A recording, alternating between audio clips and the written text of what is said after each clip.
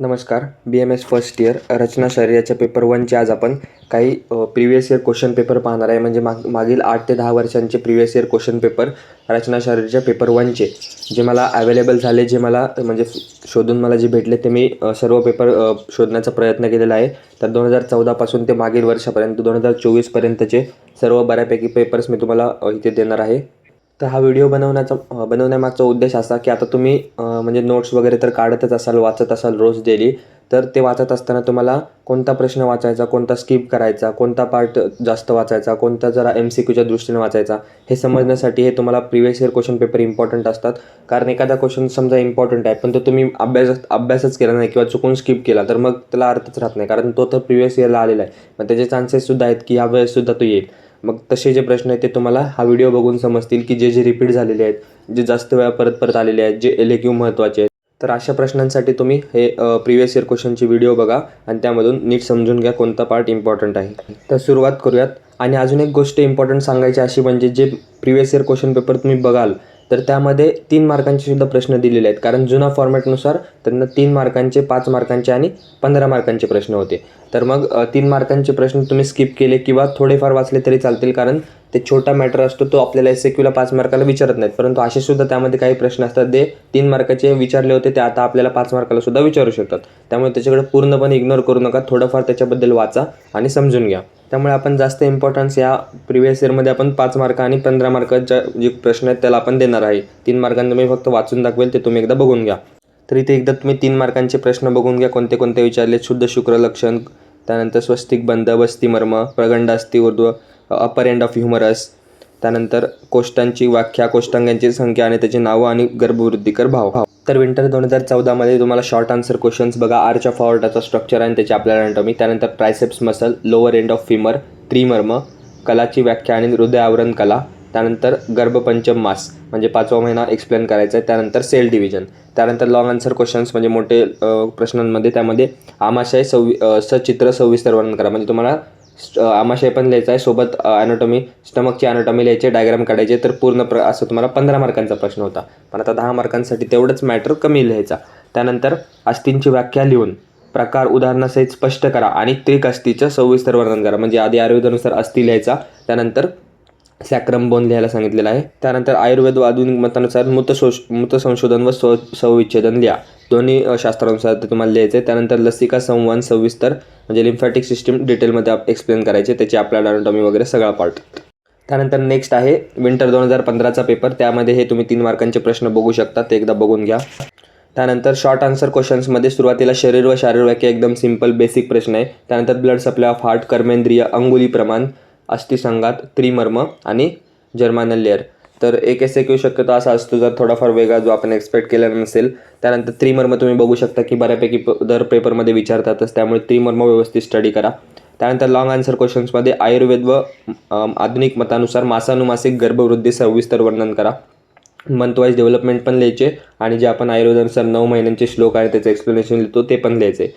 त्यानंतर नेक्स्ट आहे जानुसंधीचे सचित्र वर्णन करा. म्हणजे तुम्हाला नी जॉईंट आणि डायग्राम लिहायचे आहेत. त्यानंतर अंशफलक अस्थिचे सचित्र म्हणजे स्कॅपुला बोन लिहायचं आहे, त्याचं सर्व जे आपण बघतो ॲनाटॉमीमध्ये जे आपण नोट्स बघितलेले आहेत ते सर्व तुम्हाला LAQमध्ये लिहायचं आहे. जेव्हा तुम्हाला असं LAQ विचारतात की डॅश डॅश सचित्र वर्णन करा, तर सचित्र वर्णन म्हणजे तुम्हाला ते सगळे पॉईंट्स करायचे आहेत. आणि जेव्हा तुम्हाला स्पेसिफिक पॉईंट्स दिलेले असतात की ह्याचे लिगामेंट्स लिहा, अटॅचमेंट लिहा, रिलेशन्स, ब्लड सप्लाय, तर तेवढे स्पेसिफिक पॉईंट्स लिहायचे. आणि चौथा LAQ आहे मर्माची व्याख्या लिहून रुजाकर मर्माचं सविस्तर वर्णन करा. तर तुम्हाला त्रिमर्म, मर्म, व्याख्या, त्याची संख्या हे बऱ्यापैकी प्रत्येक पेपरला विचारतातच, ते व्यवस्थित करून ठेवा. तसंच गर्भशारीरमध्ये एम्ब्रिओलॉजी होते ते सुद्धा प्रत्येक पेपरला LAQ टाईपमध्ये विचारतात, तर तो एक पार्ट व्यवस्थित स्टडी करून ठेवा. त्यानंतर नेक्स्ट आहे समर 2016चा पेपर. त्यामध्ये तुम्ही हे 3 मार्कांचे प्रश्न बघून घ्या. शॉर्ट आन्सर क्वेश्चन्समध्ये अप्पर एंड ऑफ अल्ना, त्यानंतर नाभिमर्म, origin and insertion of sartorius muscle, pericardium, umbilical cord, विषल्लग्न मर्म, ऑस्कल्टेशन ट्रँगल. तर मर्म मी तुम्हाला दरवेळेस सांगतोय, मर्म हा टॉपिक व्यवस्थित स्टडी करा, प्रत्येक पॉईंट त्याच्यामधला कव्हर करा. तसंच त्याच्यानंतर एक मसल तुम्हाला विचारली जाते, तर जे आपण मसल्सच्या मायोलॉजीचा व्हिडिओ बघितलेला आहे तो जर तुम्ही बघितला नसेल तर तो एकदा बघा. त्यामध्ये क्लिअर शॉर्टमध्ये तुम्हाला सर्व मसल्स कव्हर केलेले आहेत, तर त्यानुसार तुम्हाला एक मसल फिक्स SAQला विचारतील. त्यानंतर लॉंग आन्सर क्वेश्चन्समध्ये humerus in detail with diagram, त्यानंतर संधी प्रकार, सुश्रुतोक्त संधी प्रकार सांगून अँकल जॉईंट लिहायचं आहे. त्यानंतर फिटल ब्लड सर्क्युलेशन डिटेलमध्ये लिहायचं आहे. त्यानंतर तुम्हाला काही मसलची नावं दिलेली आहेत, त्याचं तुम्हाला ते जे विचारले तेवढं लिहायचं आहे. म्हणजेच तुम्हाला त्याचा ओरिजिन, इन्सर्शन, नर्व सप्लाय लिहायचा आहे, ट्रॅपेझियस, लॅटिसमस डॉर्सा आणि डेल्टॉइड मसलचा. नेक्स्ट आहे विंटर 2017चा पेपर. त्यामधले हे तुम्ही 3 मार्कांचे प्रश्न बघू शकता, तेवढे रिवाईज करा. 5 मार्कांच्या क्वेश्चन्समध्ये पहिला आहे रुजाकर मर्म. त्यानंतर डिफाईन किंवा शिराधमनी स्त्रोतसाची व्याख्या लिहा. त्यानंतर दीर्घायाम पेशी, सार्टोरियस मसल. त्यानंतर मूलाधार चक्र, गर्भाधान, फर्टिलायझेशन, कलाशरीर, त्याची व्याख्या आणि प्रकार लिहायचे आहेत आणि प्लेसेंटा. त्यानंतर लॉंग आन्सर क्वेश्चन्समध्ये गर्भस्थ रक्तसंवहन म्हणजे फिटल सर्क्युलेशन परत आला बघा, मागच्याच वर्षी विचारलं होता, परत रिपीट झाला फिटल सर्क्युलेशन. त्यानंतर अस्थिचे सचित्र उर्वस्थी म्हणजे फिमर बोन विचारलं आहे. त्यानंतर अंशसंधी म्हणजे शोल्डर जॉईंट विचारलं आहे. तर हे बऱ्यापैकी टिपिकल प्रश्न आहेत जे तुम्हाला जॉईंट्स किंवा बोन्समध्ये रिपीटेड विचारले जातात, तर ते आधीच जास्त करा. आणि जे नंतरचे आहेत म्हणजे बाकीचे जे असतील ते सुद्धा थोडे थोडे एकदा वाचून ठेवा, त्याच्यात सुद्धा नीट अभ्यास करा. आणि हे जे कॉमन प्रश्न आहेत बोन, जॉईंट, ऑर्गन्स, तर त्याचा आधी कॉमन फॉर्मॅट काय असतो की कोणताही आला आणि मला जर जमला नाही किंवा एक्झाममध्ये मी ब्लँक झालो तर मी काय लिहिल, तर त्याचासुद्धा आपण एक व्हिडिओ बनवणार आहे प्रत्येकाचा, तर तो सुद्धा व्हिडिओ लवकरच येईल. त्यानंतर चौथा LAQI मर्माची व्याख्या लिहून सद्य प्राणहार मर्म वर्णन करा. म्हणजे दरवर्षी तुम्ही बघा की मर्माची व्याख्या, प्रकार, संख्या तर विचारतातच, सोबत एक दरवेळेस प्रत्येक मर्म टाईप बदलतात. त्यानंतर नेक्स्ट आहे समर 2018चा पेपर 1 रचना शरीर. त्यामध्ये हे 3 मार्कांचे प्रश्न आहेत. रुजाकर मर्म, सुश्रुतानुसार अस्थिंचे प्रकार, कर्मपुरुष, सीमंत, शुद्ध शुक्राची लक्षणं, डेल्टॉइड मसल, हे सर्व 3 मार्कांचे प्रश्न आहेत. त्यानंतर 5 मार्कांच्या प्रश्नांमध्ये गर्भकर षडभाव लिहा. त्यानंतर अप्पर एंड ऑफ अल्ना. आता हे upper end of ulna, lower end of humerus, फिमरचा एखादा पार्ट, तर तुम्ही बघताय की हे रिपीटेड विचारले जात आहेत, तर मग अशा वेळेस फक्त तेवढंच वाचायचं का, तर नाही. Ulna, upper end of ulna विचारला आहे ना या पेपरमध्ये, तर अल्ना हा पूर्ण व्यवस्थित स्टडी करा, कारण यावेळेस काहीतरी वेगळं विचारू शकतात, त्यामुळे फक्त तेवढंच न वाचता त्याचा पूर्ण पार्ट वाचा. त्यानंतर सप्तकला, त्याचं लोकेशन आणि स्थान लिहायचं आहे. त्यानंतर पटेल लिहायचं आहे. आज्ञाचक्र, एकदा चक्र आहे का बघून घ्या सिलेबसमध्ये. असं वाटतं की रचनाशास्त्र पेपर 1मध्ये चक्र हा टॉपिक सिलेबसमध्ये नाही आहे, षटचक्र, एकदा तरी पण बघून घ्या, तो आता एक्सक्लूड केलेला आहे. त्यानंतर लॉंग आन्सर क्वेश्चन्समध्ये मासानुमासिक गर्भवृद्धी लिहायचे. आता इथे मासानुमासिक गर्भवृद्धी लिहायचे म्हणजे तुम्हाला आयुर्वेदानुसार लिहायचे, कारण तिथे असं नाही विचारले की दोन्ही शास्त्रानुसार लिहा किंवा मंथ वाईज डेव्हलपमेंटसुद्धा नाही दिले, त्यामुळे जास्त वेळ वाया घालवायचा नाही. त्यानंतर उर्वास्ती बघा, परत फिमर बोन आलेला आहे, म्हणजे फिमर, ह्युमरस, पटेला, सॅक्रम हे रिपीटेड क्वेश्चन्स आहेत. त्यानंतर हृदय शारीर म्हणजे ॲनाटॉमी ऑफ हार्ट डिटेलमध्ये लिहायचे, डायग्राम काढायचे. त्यानंतर शोल्डर जॉईंट बघा, शोल्डर जॉईंटसुद्धा रिपीटेड आलेला आहे. तर जॉईंट्समध्ये शोल्डर जॉईंट, हिप जॉईंट, हे मेन जे मोठे मोठे आहेत LAQच्या दृष्टीने इम्पॉर्टंट आहेत, ते व्यवस्थित स्टडी करा. त्यानंतर समर 2020चा पेपर आहे. त्यामध्ये हे 3 मार्कांचे प्रश्न आहेत. कोष्ठाची व्याख्या, त्याचे नावं, शुद्ध अर्थ, रसव स्त्रोतसाचे स्थान, पित्तधरा कला, मूलाधार चक्र, अंगुली प्रमाण. त्यानंतर शॉर्ट आन्सर क्वेश्चन्समध्ये पॉप्लिटियल फोसा. त्यानंतर डेड बॉडीची preservation method as per modern science, क्षिप्रमर्म, biceps femoris muscle, lower end of humerus, placenta, thoracic duct. आणि लॉंग आन्सरमध्ये बघा, परत मागच आपण बघितलं होतं की मासानुमासिक गर्भवृद्धी आले, तर 2020च्या पेपरमध्ये परत मासानुमासिक गर्भवृद्धी LAQ पडलं. त्यानंतर स्टर्नम बोन विचारला आहे. त्यानंतर हृदय शारीर म्हणजे हृदय शारीर आयुर्वेदानुसार थोडंफार लिहून परत detail anatomy of right atrium, right ventricle, म्हणजे पूर्ण हार्ट न विचारता त्याचे पार्ट्स विचारलेत. त्यानंतर हिप जॉईंट, मी मागेच तुम्हाला सांगितलं जेव्हा शोल्डर जॉईंट आला होता की तुम्हाला शोल्डर जॉईंट, हिप जॉईंट हे मस्ट आहे, ते इम्पॉर्टंट असतं, सारखं विचारतात. त्यानंतर समर 2021चा पेपर आहे. त्यामध्ये हे 3 मार्कांचे प्रश्न आहेत. आर्तव, तर आर्तव आणि शुद्ध शुक्र ही लक्षणं पाठ करूनच ठेवा, तुम्हाला कुठे ना कुठे उपयोगी पडतीलच. आणि मसल्समध्ये जास्त करून sartorius muscle, deltoid muscle, trapezius muscle, latissimus dorsi, pectoris major, हे जे मेजर मोठे मोठे किंवा इम्पॉर्टंट मसल आहेत ते करून ठेवा, ते तुम्हाला फिक्स SAQला विचारतात. नाही विचारलं तर LAQमध्ये सुद्धा कधी 3 ते 4 मसल्स छोटे छोटे पॉईंट विचारतात. त्यानंतर 5 मार्कांच्या क्वेश्चन्समध्ये शुद्धधरा शुक्रधरा कला लिहायचे. क्षिप्रमर्म बऱ्याचदा विचारला आहे. आशय, प्लासेंटा फॉर्मेशन. त्यानंतर ॲबडॉमिनल आवर्टाचे कोर्स आणि branches, upper end of humerus आणि विटअप मर्म. त्यानंतर लॉंग आन्सर क्वेश्चन्समध्ये गर्भस्थ रक्तसंवहन सविस्तर वर्णन करा, परत आलेला आहे. Foetal circulation. त्यानंतर स्त्रोतसाची व्याख्या, प्रकार सविस्तर लिहून स्त्रोतस मुलाची स्थाने व चरक व सुश्रुतानुसार लिहा, म्हणजे पूर्ण प्रश्न तुम्हाला आयुर्वेदाचा आहे, स्त्रोतसांवर लिहायचा आहे. त्यानंतर वंशन संधी परत आलेला आहे. हिप जॉईंट, उर्वास्ती, फिमर बोन परत आलेला आहे. तर तुम्हाला म्हणजे व्हिडिओ बनवण्याचा उद्देश काय आहे की जे मी वाचतोय ते तुम्हाला ऐकून असं वाटतं की हा बोन हा जॉईंट हा परत परत येतोय. कारण जेव्हा तुम्ही स्वतःहून बघाल सर्व पेपर तेव्हा तुम्हाला कदाचित लक्षात येणार नाही की हा रिपीट झालाय. पण जेव्हा मी तुम्हाला सांगतोय, जेव्हा ते वाचतोय, तेव्हा तुम्हाला समजेल की अरे हा म्हणजे मी फिमर बोन किंवा हिप जॉईंट, शोल्डर जॉईंट हे सारखं सारखं बोलतोय, म्हणजे ते दर पेपरमध्ये येते, म्हणजे ते इम्पॉर्टंट आहे असं तुमच्या लक्षात येईल. त्यामुळे हे व्हिडिओ ऐकत जा. 10 ते 15 मिनटं तुम्हाला लागतील, परंतु तुम्हाला एक आयडिया येईल पेपरबद्दल की मी काय वाचू काय नाही वाचू, असं टेन्शन येणार नाही. त्यानंतर नेक्स्ट आहे समर 2022चा पेपर. त्यामध्ये 3 मार्कांचे प्रश्न, षडंग शारीर, त्याचे अंग प्रत्यंग, विशल्यग्न मर्म, पेशींचे प्रकार, मसलचे टाईप्स, 6व्या कलेचे वर्णन करा. तर हे शॉर्ट आहेत, म्हणजे आता शक्यतो हे प्रश्न SAQला नाही विचारणार, कारण आपल्याला SAQ 5 मार्कांचा असतो आणि ह्यामध्ये 3 मार्कांमध्ये लिहिण्यासारखा मॅटर जास्त नसतो. तरी पण एकदा बघून ठेवत जा. त्यानंतर नेक्स्ट शॉर्ट आन्सर क्वेश्चन्समध्ये अनाहत चक्र. आता हे चक्र ते बघून घ्या, सिलेबसमध्ये आहे का. मर्माची व्याख्या लिहून रुजाकर मर्म वर्णन करा. त्यानंतर क्युबायटल फोसा लिहा.